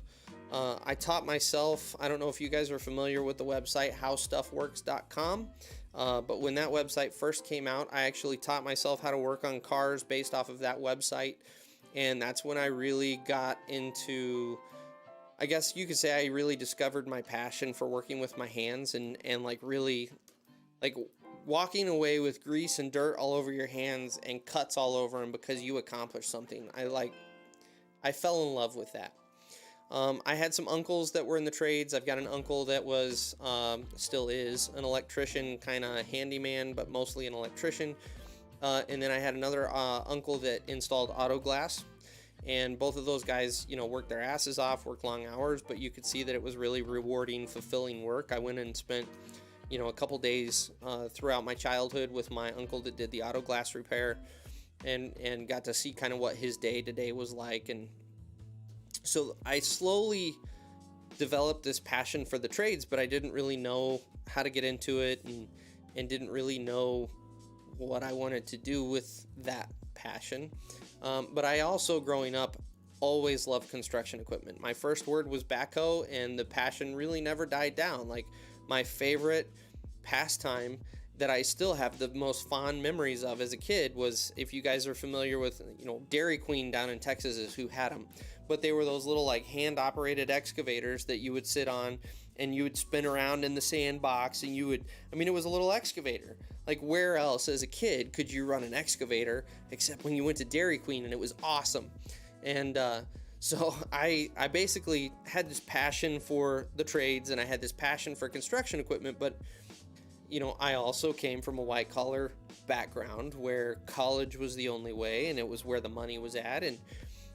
And so between my parents pushing me and the schools pushing me, I ended up going into college. And I do want to put a big caveat on this. I do not hold any negative feelings towards my parents for pushing me into college. My dad went and got his college degree, and with their generation, he was earning easily double what his counterparts were that didn't go to college. It was absolutely the ticket to earning or opening the door to earning significantly more money. So I do want to say that I don't blame anyone for pushing me into college, because it was 100% their generation. That was the right thing to do. That was the way to be successful.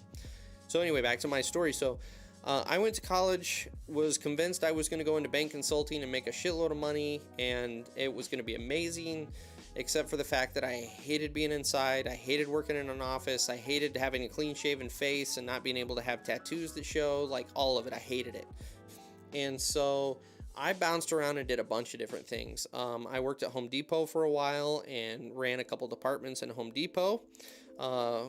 I tried my hand at my own lawn care company, and then I moved over into window cleaning and did that for a while, and actually was really getting successful at that. But unfortunately, I had spent all of my startup money on the lawn care and landscape side and ran out of money before we could really turn the corner in the window cleaning business. And so I dabbled with that. My dad actually started a company doing it was a manufacturing company that manufactured high-end pedestal fans that helped you sleep better. And so I took over and came in as his operations manager. So I basically put together, I contacted all of our vendors and suppliers to get all of our pieces that we needed, and basically set up our entire supply chain. My wife and I actually put together our manufacturing facility and figured out how the assembly line was going to work and how all of the pieces were going to fit to be efficient. And I did that for a year. I think I worked there, and it didn't take off as quick as we thought it would. So I really got super bored really quick. And I was sitting around one day watching YouTube videos like you guys do. And I have, through college all the way through early adulthood, I had watched YouTube videos of guys running equipment because I just loved it. I loved watching the guys operate. And so I was sitting there watching a video one day, and I was like, I really want to go do this. So I went home and told my wife, this is what I'd like to do. And we were in Texas at the time, so wages are terrible. I said, I'm probably going to start at $12 an hour. And, she was a fantastic wife. She didn't even hesitate. She said, if that's what you want to do, we'll go figure it out. So I applied around, and within a week, I hired in with Ranger Excavating out of Austin. And that's how I kind of got my start in the industry. I worked for them for, I think, about a year and a half before we ended up moving back up to Michigan.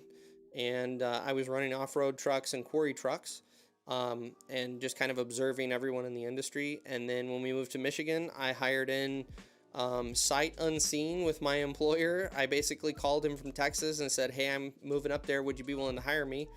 He said, let's do an interview when you get into town. I literally drove into town one day. The following day, I went and had an interview with him. And within 2 days, I was on a job site working for him. And I worked for them for 2.5 years doing residential work. That's where I cut my teeth on all the equipment, like running excavators and dozers and skids. It's where I learned how to set grades and calculate slopes and do all of the fine grading, all of that stuff.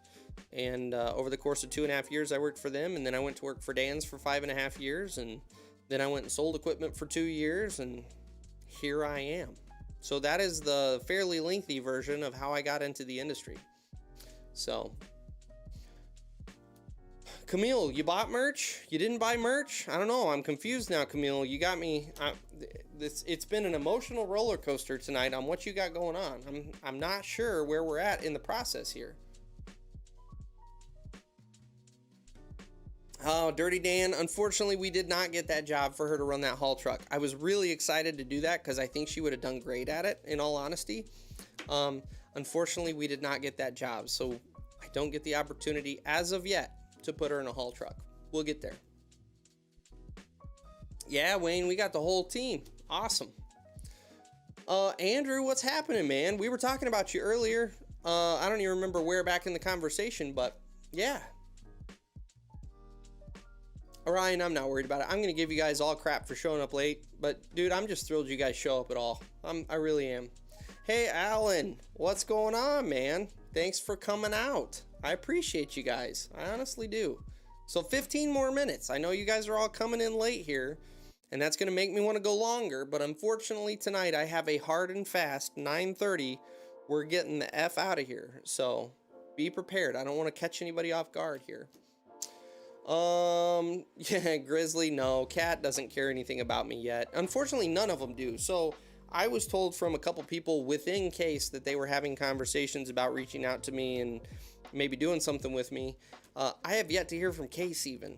And you guys know how much I pop Case. I mean, Cabelco, I talked to them, had a few back and forths. So far, no luck, guys. So, you know, one of these days, maybe if I take my top off, somebody will pay me attention.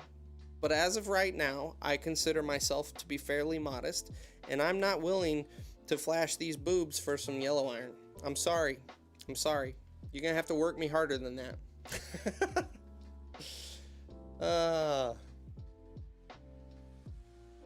Yeah, Alan, so sorry, I just read your full comment, Alan. Honestly, there is not a better word for where I'm at in life other than just I'm blessed. I have had so many just totally unique opportunities that have led me to where I'm at right now, that have given me insight into so many different areas of the industry, different types of equipment, you know, starting companies, just so many different aspects of it.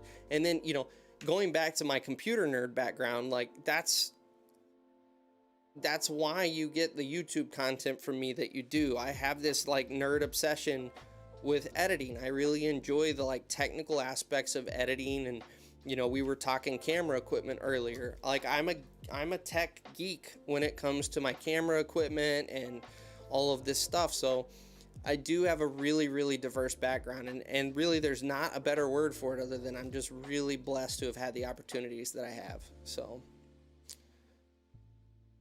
Lee Bear, Dan, no, I take that back. So my farmer buddy that I'm going to work for tomorrow, the way I met him was when I was selling equipment, and he had an old John Deere. I can't even tell you what the model was. It was like from early 90s, I think. I want to say it was like a 92. Excuse me. And it was a John Deere dozer that was the equivalent to either, I think it was about a D7 or a D8. I mean, this thing was a monster. And he had it in a barn. I mean, that was the thing. He popped the doors open on his barn, and it's like, holy crap, dude, that's a dozer in there.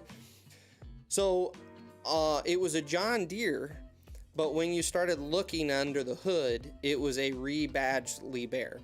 The thing was an absolute dog. So, but that being said, it was an old machine. It was an old farmer's machine.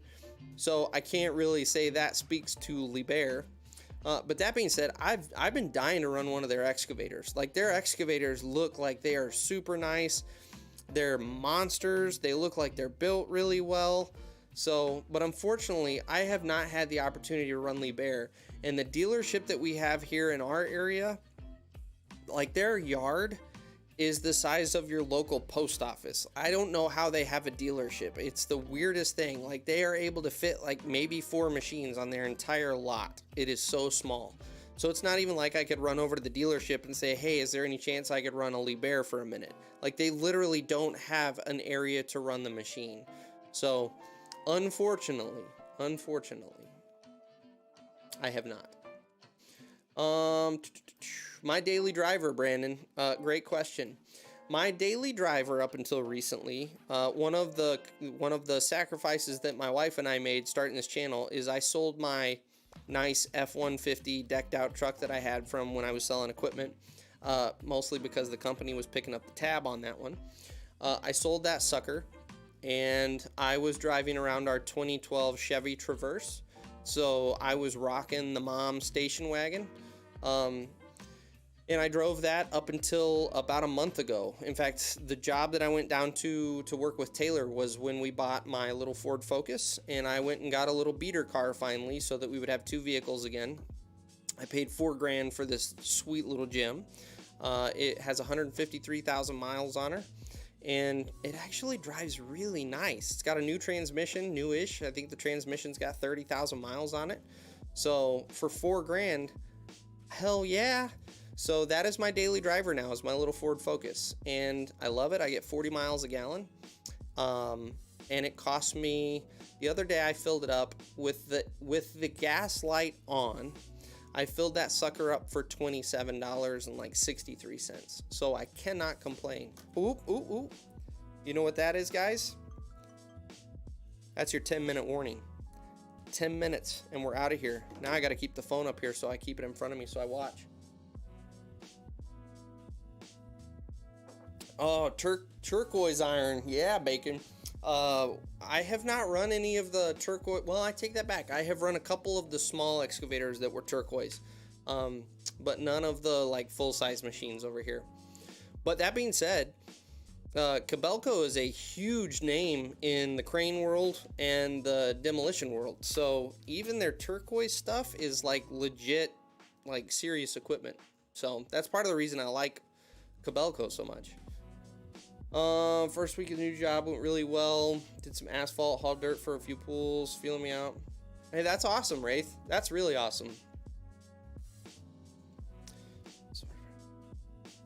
Yeah, so Wraith, that is one downside to the quarry business. It is boring as crap, and that is your life. If you want to retire from that position, that is your entire life, is that boringness. So yeah, but that's awesome. I'm really glad you got that new position. Little Sketchers.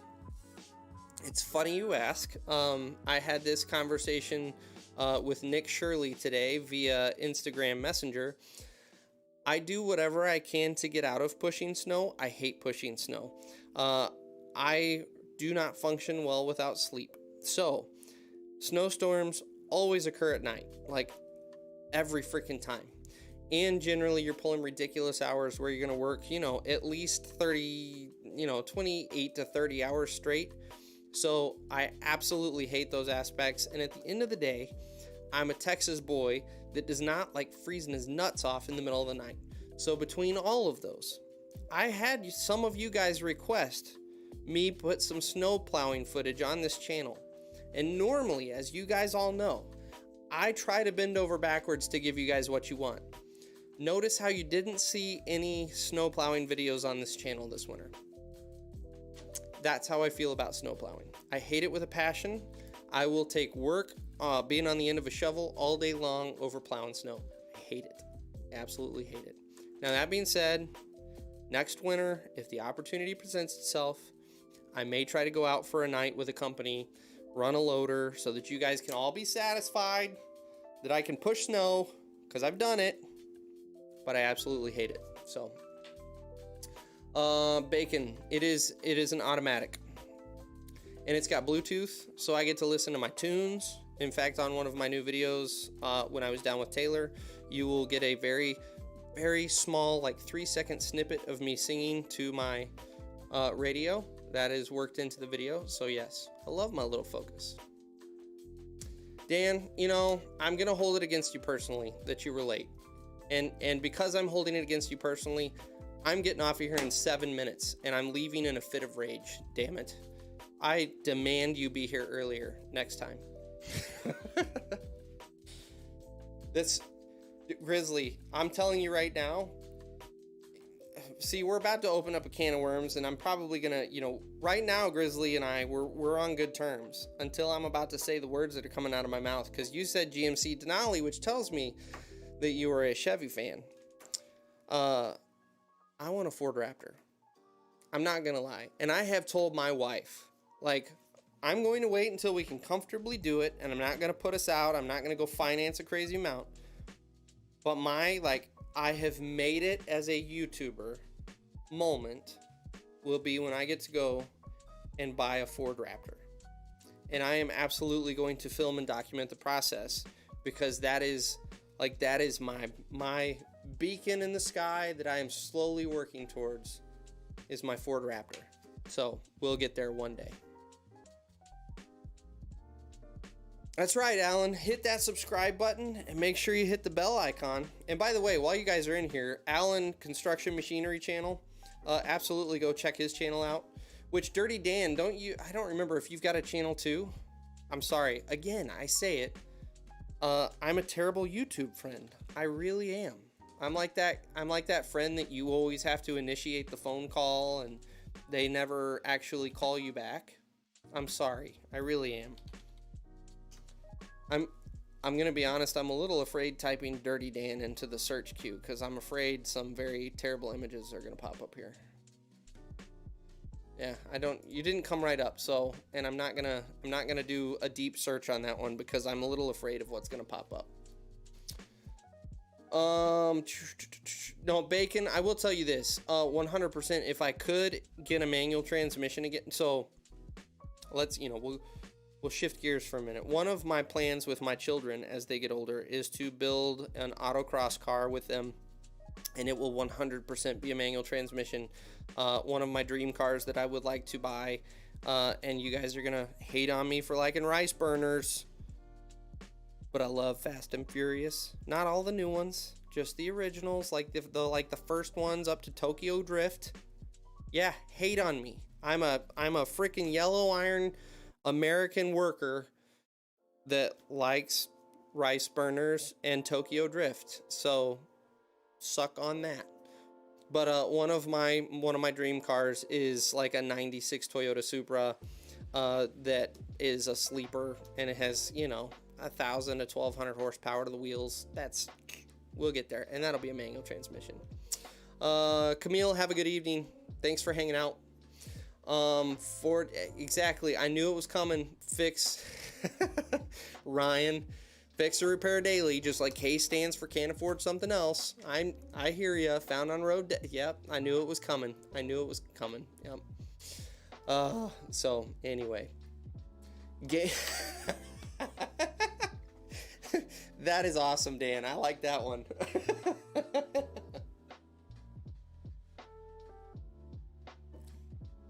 Yeah, I knew I was gonna say, that's the thing about this community. You guys don't like Ford and you don't like my rice burners, and that's where I've just gotta keep my chin up, and I will take your snide remarks, and then I will go play in my Ford Raptor, and then I will go cruise around the town, not picking up ladies because I am happily married to the woman you saw to my left earlier. In my freaking nice Toyota Supra black. It's gonna be nice, a nice set of rims. I'm not saying go crazy, but a nice set of rims. You're gonna want some wide rubber on it because you got to put 1,200 horsepower to the road. I'm just saying. No wing on the back. Taking the wing totally off of it. It's not gonna have a wing. It's just gonna be that nice. Oh, either that or maybe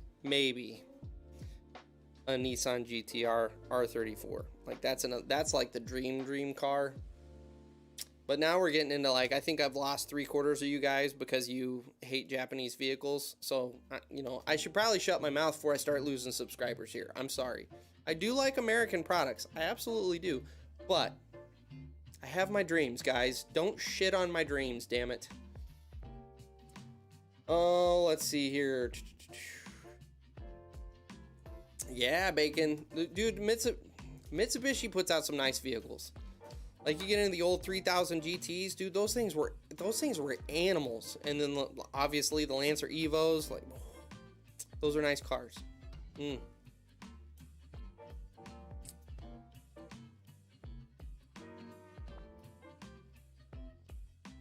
Yeah, the Ford stuff just keeps on coming, guys. Keeps on coming.